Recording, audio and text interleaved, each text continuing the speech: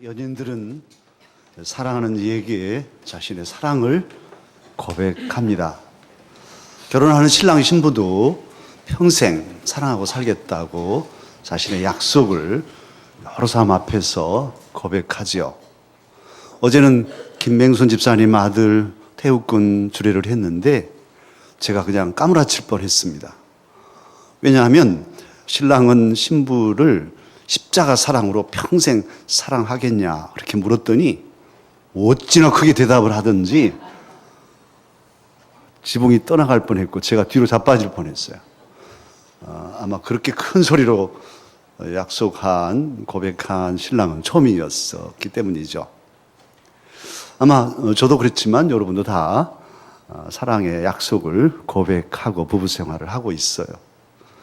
그러나 부대끼고 시달리고 상처받고 그래서 아프고 많이 약속을 잊어버리고 사는 경우가 있지요.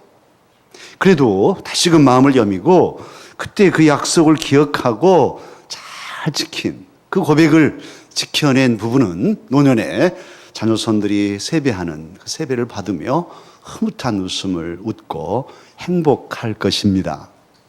우리 행복하십시다. 잘 지키십시다. 부부의 약속도. 그 말은 또 대답이 없어요. 그런데 저와 여러분은 그런 부부 약속도 약속이지만 신앙의 약속을 우리는 고백하고 삽니다. 하나님, 저는 이렇게 해요. 하나님 믿고 살겠어요. 하고 우리가 고백하죠. 그 신앙을 잘 정리한 게 사도신경. 조금 이따도 우리 고백하겠지만 그 고백입니다. 믿음의 선배들은 이 고백을 지키기 위해서 정말 무수한 박해를, 핍박을 잘 참고 견디면서 그 한 구절 한 구절을 삶 속에서 실천하며 지켜냈어요. 그래서 오늘 저와 여러분에게 사도신경을 물려주게 된 것이죠. 또 여러 이단들이 접근하고 그 신앙을 깨뜨리려고 했지만 잘 지켜내었기에 오늘 저와 여러분은 사도신경을 기쁨으로 이렇게 고백할 수 있게 되었습니다. 그런데 이렇게 우리의 귀한 신앙을 지켜내기 위해 수고한 선배들 중에 훌륭한 믿음의 선배 한 분을 오늘 우리는 봅니다. 그분이 바로 오늘 본문 디모데후서를 쓰신 바울 사도님이시죠. 사도는 지금 감옥에 있습니다. 무슨 사기범으로 교통사고를 내서 감옥에 갇힌 게 아니고 오직 예수님을 전하는, 예수 그리스도의 복음을 전하는 이 이유 하나로 죄 없이 죄인이 되어서 감옥에 갇혔고 이제 죽을 날을 기다리고 있습니다. 사도는 압니다. 자신이 죽게 됐다는 것을 알고 있어요. 오늘 본문 6절에 보면 뭐라고 하냐 하면 전제와 같이 내가 이미 벌써 부어졌다. 나의 떠날 시각이 가까웠다. 그렇게 고백하고 있습니다. 이 전제란 구약의 제사 중에 행하여지는 의식인데 제물을 제단에 올려놓고 이제 하나님께 태워서 드리기 직전에 포도주를 제물에 부어서 피의 상징으로 그리고 포도주 그 향기가 하나님께 올려드린 향기로운 제물이 되도록 붓는 의식이 있는데 그게 전제예요. 전제를 부었으면 이제 제물은 드려지게 된 거예요. 바울 사도는 내가 지금 전제처럼 부어졌다. 나는 이제 곧 죽게 된다 하는 말씀이죠. 그리고는 이어 7절에 그렇게 자신의 삶을 말씀합니다. 자기의 마지막 삶을 정리해서 고백합니다. 나는 선한 싸움을 싸우고 달려갈 길을 마치고 믿음을 어쨌다 합니까? 믿음을 지켰으니 나는 믿음을 지켰다. 이렇게 선언하고 있습니다. 사랑하는 강사가 여러분, 저와 여러분이 언젠가 인생을 마칠 때, 그때 언젠지는 모르지만 마칠 때 자녀 손들을 앞에 놓고 믿음의 후배들을 앞에 놓고 나는 믿음을 지켰다. 너희 어머니는, 너희 할머니는, 너희 아버지는, 너희 할아버지는 그래도 어려운 인생길이었지만 나는 내 믿음을 지켰다. 그러니 너희들도 믿음을 잘 지켜다오. 이렇게 유언을 남길 수 있다면 그는 성공한 신앙인일 것입니다. 바울 사도님은 그렇게 신앙을 고백하고 있어요. 사랑하는 강서가족 여러분, 저와 여러분도 사도와 같은 삶을 살고 믿음을 지켜서 사랑하는 후손들에게 믿음의 유산, 믿음의 유언을 남기십시다. 그러면 사도가 믿음을 지켰다고 하는데 이 믿음을 지켰다는 이 사도의 지켰다는 의미는 구체적으로 어떤 것일까? 어떻게 지키는 것이 사도의 믿음 지킴일까? 여러 가지로 살펴볼 수 있지만 그 첫째는 믿음의 순결을 지킨 거예요. 따라서 하실까요? 믿음의 순결을 지킵시다. 지금 날씨가 더워졌죠. 그래서 음식을 오래 두면 쉬워요. 그래서 빨리빨리 먹으셔야 되고 또 많은 양을 하지 않으셔야 될 거예요. 저는 북한산을 내일 또 등반하게 되겠습니다. 정말로 제 인생의 전환점을 크게 이루었는데 연말에 10대 사건의 하나로 제가 암벽 등반하는 모습을 보여주려고 했는데 동영상이 잘 촬영이 제대로 못 됐어요. 그런데 이 등반할 때 또 기쁨거리 하나가 있는데 여러 목사님들이 올라가거든요. 그런데 어느 목사님 부부, 제일 막내 목사님이신데 그 부부는 샌드위치를 싸와요. 그래서 아주 야채가 많이 듬뿍 담긴 샌드위치를 저 산의 정상에서 나눠 먹으면요. 정말 싼 샌드위치가 그렇게 맛있는 줄 몰랐어요. 너무 맛있는데 이제는 날이 이렇게 뜨거우니까 그거 짊어지고 산꼭대기에 올라가면 쉬어버려서 먹을 수가 없으니까 안 싸웁니다. 더군다나 목사님들이 산 정상에서 그거 먹고 화장실도 없는 곳에서 어찌하란 말이에요. 그래서 안 가져와요. 샌드위치 때문에 어서 겨울이 왔으면 좋겠어요. 그런데 샌드위치 뿐이겠습니까? 사실은 우리의 신앙, 예수님을 구주로 믿고 우리가 고백하는 이 보배로운 정결한 믿음도 쉬울 수 있어요. 부패할 수 있어요. 온갖 이단 사설들이 침투해서 우리의 신앙을 오염시키려고 합니다. 마치 단꿀에 벌과 나비만 몰려오는 게 아니라 저 화장실 드나드는 무슨 파리까지도 몰려들듯이 몰려가지고 우리 신앙을 오염시키려고 해요. 특히 우리 한국 교회의 순결한 신앙, 우리 믿음의 선배들이 얼마나 순수하게 믿었습니까? 그 순수한 신앙을 오염시켜서 이 번영주의로, 물량주의로, 물질주의로, 신비주의로, 기복주의로 온통 먹탕을 만들어 놨어요. 저도 여러분도 자유롭지 못해요. 우리의 신앙 안에는 이런 것들이 막 스며들어와 있어요. 그래서 예수님 믿으면 틀림없이 잘 돼야 되고 못된 것은 믿음 없는 것이고 어찌 저 사람 저렇게 어렵대? 저 봐도 정말 분명히 뭔가 못 믿는 데가 있구만. 제대로 안 믿으니까 저렇지. 복 못 받지. 이렇게 예단해버리는 이런 모습이 우리들의 모습 속에 있단 말이에요. 함부로 할 수 없잖아요. 어찌 욥을 가리켜서 복 못 받았으니 믿음 없다 할 수 있겠어요. 그 하나님의 뜻과 의미가 있는 건데 왜 세월에 저 집에 자식이 죽었대? 그렇게 말할 수 없단 말이에요. 누군들 그렇게 자신 있게 말할 수 있겠어요.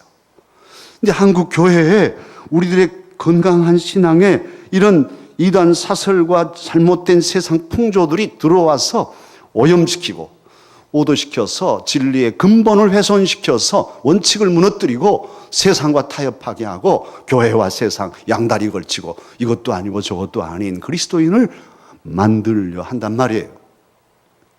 그래서 우리는 정신을 바짝 차리고 지켜내야 하겠죠. 순결한 믿음을 지켜내야 돼요.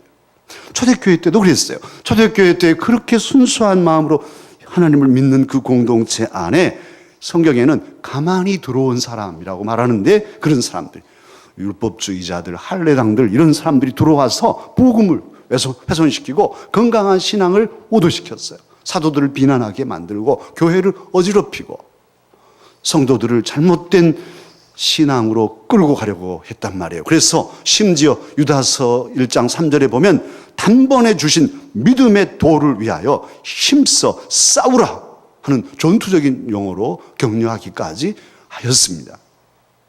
바울 사도님도 크게는 두 가지 일을 하셨죠. 하나는 복음을 열심히 전하는 당신의 전 삶을 기울여서 건강한 믿음을 전파하는 것이었고, 또 하나는 이 건강한 믿음을 지키는 것이었어요. 복음을 전했는데 가만히 들어온 사람들이 복음을 오도시키고 교회를 어지럽히니 이게 아니다. 믿음을 지켜라. 믿음은 참으로 오직 예수 그리스도를 믿는 믿음은 행함에 근거한 것이 아니다. 날이 중요한 게 아니다. 할례가 중요한 게 아니다.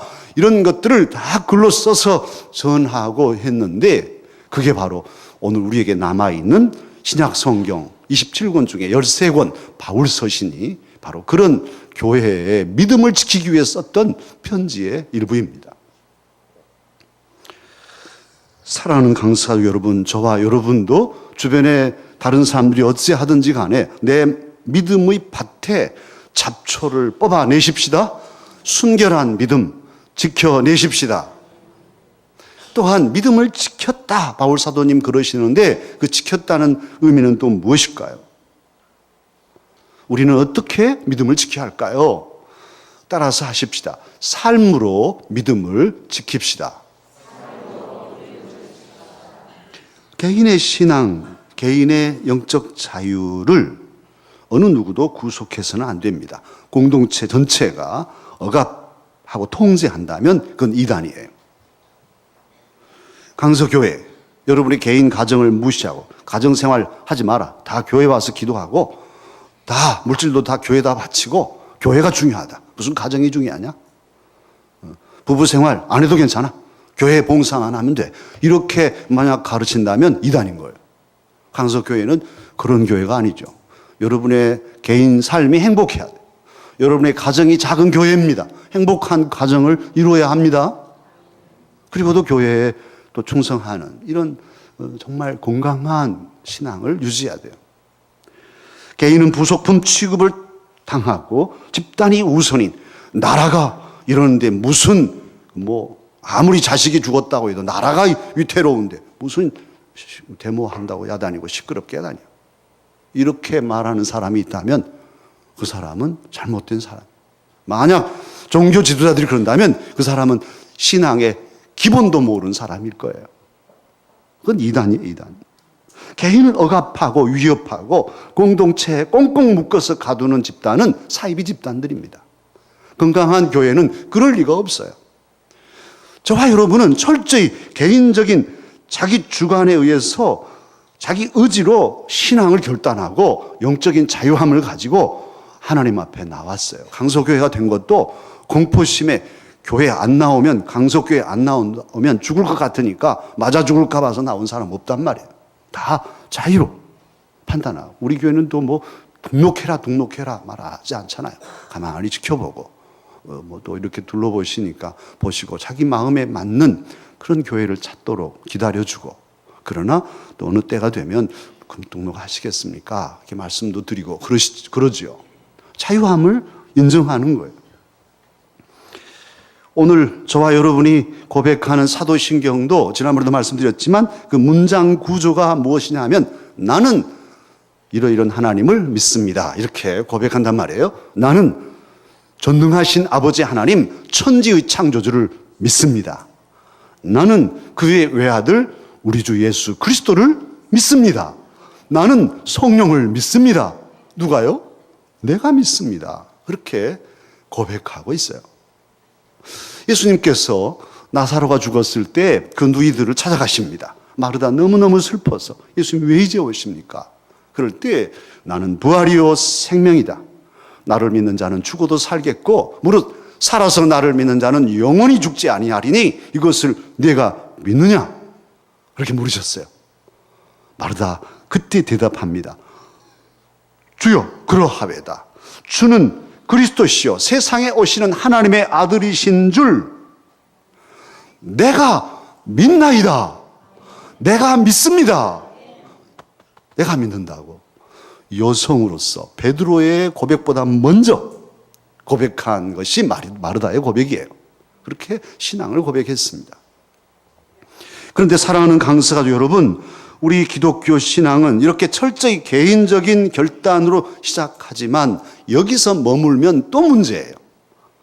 아까의 말씀과는 상치되는데 잘 이렇게 마음에서 정리하셔야 돼요. 우리 기독교 신앙은 철저히 개인적인 자유와 결단에 의해서 시작하지만 이것이 지향하는 점은 공동체입니다. 그래서 자발적으로 내가 예수님을 믿고 나 강서교회에 나가고 싶어. 그래서 결단하고 강서가족이 되어서 서로 함께 공동체를 이루고 다 같은 마음으로 함께 하나님을 찬양하고 하나님께 신앙을 고백하는 그런 공동체를 지향하는 것이 건강한 신앙이에요. 우리 기독교의 특징이에요. 그래서 또한 니케아 신경, 니케아 신앙 고백을 보면 거기서는 또 뭐 어떻게 하냐면 우리는 한 분 하나님을 믿습니다 하고 우리라는 복수를 쓰고 있어요. 우리는 내가 있어서 내가 있어서 사랑하고 너를 위해서 사랑하는 사람들이에요. 우리 그리스도인은 너 없는 나만의 삶을 산다면 진정한 그리스도인이 아니죠. 왜냐하면 예수님이 그렇게 우리를 위해 사셨고 우리를 위해 죽으셨으니까. 그분을 주님으로 믿는 저와 여러분은 철저히 이웃지향적인 타자지향적인 타자를 위한 존재가 그리스도인이란 말이에요. 이웃 없는 그리스도인은 진정한 그리스도인이 아닙니다. 자기만 잘 먹고 잘 믿고 복 받아서 자기만 잘 살고 많은 사람이 있다면 가짜 그리스도인이란 말이에요. 우리 강서 가족들은 철저히 개인적인 신앙의 결단으로 내 자신이 하나님 앞에 나왔지만 또 한편 철저히 이웃을 향하여서 마음을 열고 사랑하는 그런 넓은 열린 그리스도인의 정신을 가지십시다. 이웃을 위하여 사랑하는, 그래서 삶으로 신앙을 고백하는 이것이 신앙을 지키는 아름다운 모습이기 때문이죠. 바울 사도님이 그 한 실례입니다. 바울 사도는 자신이 고백한 그 믿음을 지키고 그 믿음대로 살았어요. 그 복음이 그의 가슴에서 예수님을 만난 후부터는 감격스러웠어요. 그래서 매를 맞고 배가 파선하고 잠을 못 자고 갇혀 감옥에 가둬져도 감사하고 기쁘고 살고 죽는 게 문제가 아니니까 사나 죽으나 나는 주님의 것이다. 그렇게 고백하면서 개인적인 그 복음과 믿음의 능력을 누리며 살았다고요.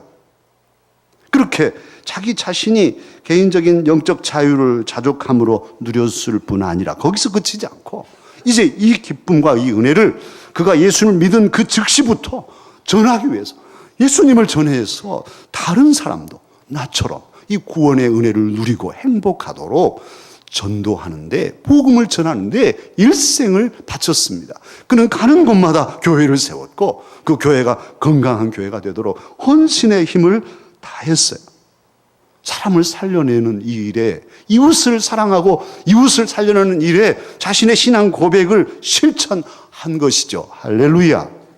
그러기에 진정한 믿음을 지키는 것은 꽉 간직하고 소유하는 것이 지키는 것이 아니라 이것을 누릴 뿐 아니라 이걸 나누어서 우리 주변에 믿지 않은 사람들에게 그 복음을 전하고 그들도 구원받고 그들도 믿음을 가지고 가정 천국을 이루고, 그래서 그들이 또 다른 사람에게 전해서 온 세계가 복음화되어 하나님의 나라가 이루어지기를 꿈꾸는 것이 건강한 신앙 지킴입니다. 삶으로, 우리의 삶으로 믿음을 지켜 나아가십시다. 그 다음에 또 하나 믿음을 지키는 비결이 있는데 죽음으로 믿음을 지키는 것입니다. 함께 따라 하자 할 때 좀 거리낄 수도 있는데 한번 따라 해보실까요? 죽음으로 믿음을 지킵시다. 믿음은 천하의 가장 귀한 보물입니다. 믿음을 돈 주고 사오라면 사오겠습니까? 얼마를 줘야 될까요? 주면 정말 믿음을 살 수나 있을까요? 믿음은 천하를 다 주고도 살 수 없는 귀한 보물이에요. 저와 여러분이 오늘 예수님을 믿는 마음으로 이 자리에 나와 있다는 거, 이것은 기적이에요. 은혜예요. 할렐루야. 얼마나 감사한지. 이 믿음 때문에 우리는 하나님의 자녀가 되었고 이 믿음 때문에 죽음도 뛰어넘는 영원한 소망을 가지게 되었으니 얼마나 감사하냔 말이에요. 만약 목숨이냐 믿음이냐 하는 선택의 순간이 온다면 어떠하시겠습니까? 우리 믿음의 선배들, 우리 한국, 우리 저 어린 시절 넘어서 정말 몇십 년 전에 우리 선배 신앙인들은 선택했어요. 그래서 차라리 믿음을 선택하고 죽음을, 목숨을 내놓는 이런 성도들이 우리 한국 교회에도 많지 않았습니까? 죽창에 찔리면서 예수님 믿을 거야, 죽을 거야? 나는 죽겠습니다. 우리 예수님 나를 위해서 십자가에 달려 죽기까지 구원해 주시고 내가 하나님의 자녀가 되고 나 같은 것을 하늘나라의 백성이 되게 하시고 영생을 얻게 하셨는데요, 나는 이 믿음 버릴 수 없습니다. 죽이십시오. 그리고 죽는 거예요. 그렇게 죽었어요, 우리 선배들이. 다행히도 오늘 저와 여러분에게는 그런 결단할 아주 극단적인 선택의 시간은 오지 않지만 그래도 또 다른 차원에서 우리는 많은 선택의 시간들을 살죠. 믿음이냐 세상이냐, 믿음이냐 죽음이냐. 그때 목숨을 내놓을 것이냐 신앙을 내놓을 것이냐 할 때 우리는 차라리 목숨을 내놓고 신앙을 선택하고 지켜야 한단 말입니다. 죽고자 하면은 사는 거예요. 그리고 목숨 내놓으면 다른 어떤 것들은 문제가 되지도 않죠. 죽을 각오를 하면 무엇인들 못하겠어요. 우리 신앙이 그런 아주 극단적이지만 아주 강하게 선택하는 연습을 우리가 해야 할 것이에요. 많은 선배 신앙인들이 죽어서 영광을 얻고 죽어서 순교하고 영생을 얻었기 때문이죠. 오늘 참으로 우리 바울 사도 믿음을 지켜서 그렇게 전파하며 살다가 믿음을 지켜서 전제로 부어지고 순교의 제물로 로마 시를 물들인 그런 순교의 제물로 숨졌지요. 그리고 그가 죽은 후에 나중에 이 로마 시가 하나님의 나라가 되었습니다. 할렐루야. 그러면 초대교회 성도들이나 오늘 바울 사도님 왜 죽음을 마다하지 않고 믿음을 지켰을까? 목숨 하나뿐인데 목숨을 내놓지 않고 믿음 내놨다가 나중에 믿고 그러지 왜 목숨을 내놓고 믿음을 지켰을까? 그리고 그렇게 죽음이 그들도 두려웠겠지만 그 두려운 죽음을 뚫고 믿음을 지켜낸 그 힘, 그 강력한 힘은 어디서 왔을까요? 죽음도 뚫어버리는 이 놀라운 힘이 어디에서 온 것일까요? 그들은 죽음이 두렵지 않았을까요? 그분들은 뭐 칼에 찔러도 하나도 안 아픈 그런 살을 가졌기 때문에 괜찮아 이렇게 죽었을까요? 그들도 자식들이 있고 그들도 아프고 그들은 더 척박한 삶을 살았지만은 죽음도 뚫고 나는 죽더라도 내 이 신앙을 포기할 수 없습니다. 예수 그리스도를 믿는 이 믿음은 내 생명보다 더 귀합니다 하고 지켜낸 그 강력한 힘은 어디에서 왔을까요? 놀랍게도 역설적이게도 그들에게 그런 힘이 온 것은 그들이 지키고자 한 믿음 때문입니다. 그들에게 믿음이 있었기 때문에 그렇게 강할 수 있었던 거예요. 그들에게 믿음이 있었기 때문에 그들이 지키고자 한 그 믿음이 그들을 강하게 죽음도 돌파해낼 수 있게 하였던 것이죠. 어떻습니까? 저와 여러분도 사실은 젊은이들은 잘 모를 수도 있지만 연세가 그래도 드신 분들은 인생의 과정에서 죽을 고비를 넘기고 정말로 입술이 바싹바싹 붙는 그리고 삶을 포기해버리고 싶은 그런 순간들을 지나면서 버티고 이겨낼 수 있었던 그 힘이 어디서 왔던가요? 결국 우리 신앙인들에게는 그 힘이 이 예수 그리스도를 믿는 믿음에서 왔었습니다. 삶을 살펴보면 100분이라도 한강변에 뛰어내리고 싶은 마음도 있었을 것이고 여러분 나름대로 무수한 사연을 지금도 가지고 계신 분들이 있죠. 그러나 오늘 여기 지금까지 참고 견디고 이길 수 있었고 우리의 5년 후 10년 후를 소망할 수 있는 그 강력한 힘은 바로 우리가 지켜온 믿음에 있습니다. 그러기에 히브리서 10장 38절로 39절은 증거합니다. 나의 의인은 믿음으로 말미암아 살리라. 또한 뒤로 물러가면 내 마음이 그를 기뻐하지 아니하리라 하셨느니라. 우리는 뒤로 물러가 멸망할 자가 아니요 오직 영혼을 구원함에 이르는 믿음을 가진 자니라. 이 강력한 믿음은, 죽어도 다시 살리는 이 믿음은 저와 여러분과 이 선배들을 강하게 하는 힘이었습니다. 마틴 루터가 종교를 개혁합니다. 그 강력한 교황 체제 하에서 교황과 맞선다는 것은 바로 죽는 거예요. 암살단들이 루터 죽이러 쫓아다녔으니까.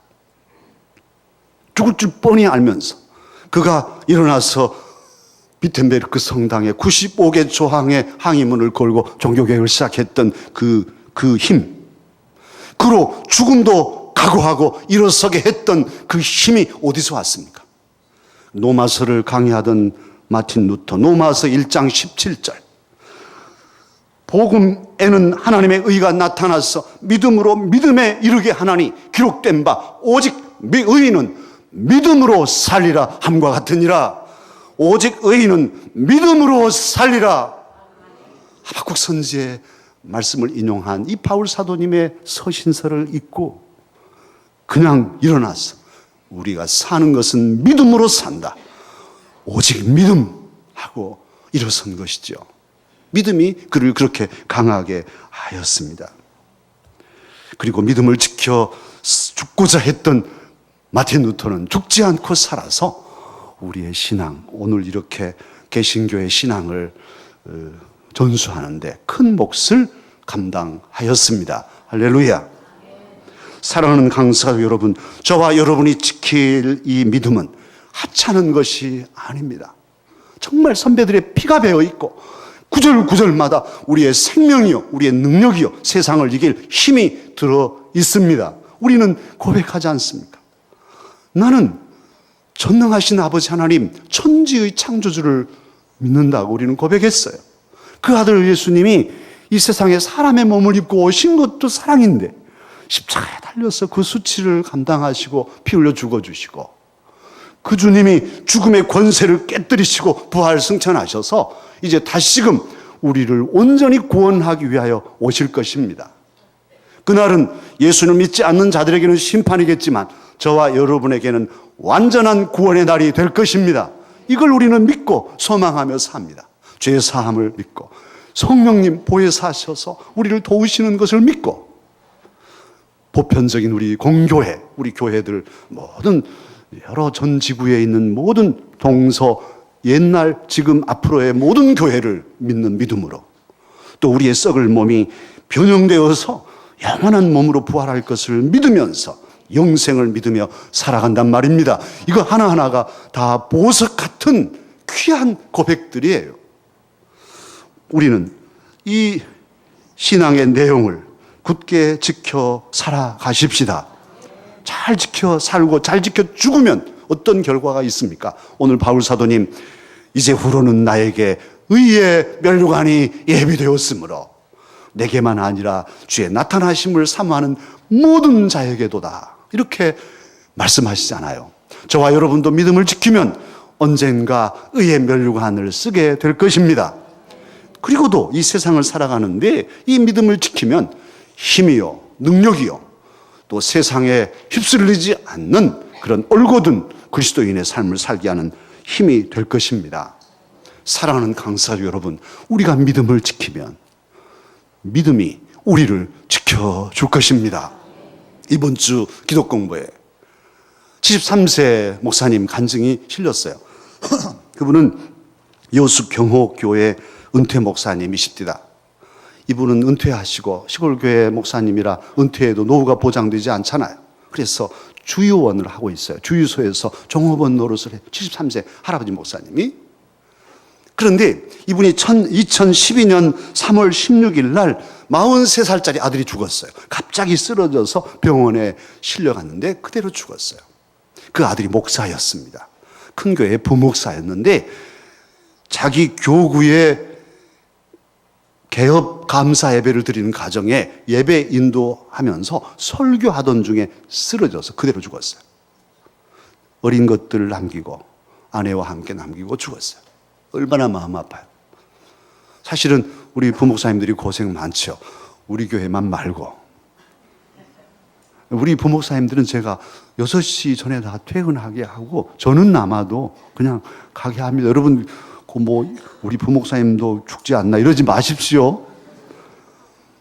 1, 2부 때 내가 누누이 설명을 했어요. 물론 수고하시죠. 그러나 무리하게는 하지 않아요. 저는 제가 고생을 해봤기 때문에 저는 남지만 다 퇴근시키고 그랬어요. 어느 교회는 담임 목사가 퇴근 안 하면 못 가요. 또 담임 목사 가고도 밤 12시까지 막 남고 또 새벽 기도하고 막 뺑뺑이를 돌리기 때문에 막 심장마비가 오고 과로사로 쓰러지고 그렇죠. 그렇게 죽었어요. 그런데 이 아버지가 그 죽어가는 아들 가슴에 손을 얹고 기도했는데 그 기도문이 실렸습니다. 뭐라고 기도했냐면, 하나님 아버지, 아들의 영혼을 받아주세요. 내 죄가 너무 커서 징벌하시려고 아들을 데려가셨나요? 저는 하나님 아버지의 뜻을 헤아려 알 수 없지만 저는 하나님 아버지를 믿습니다.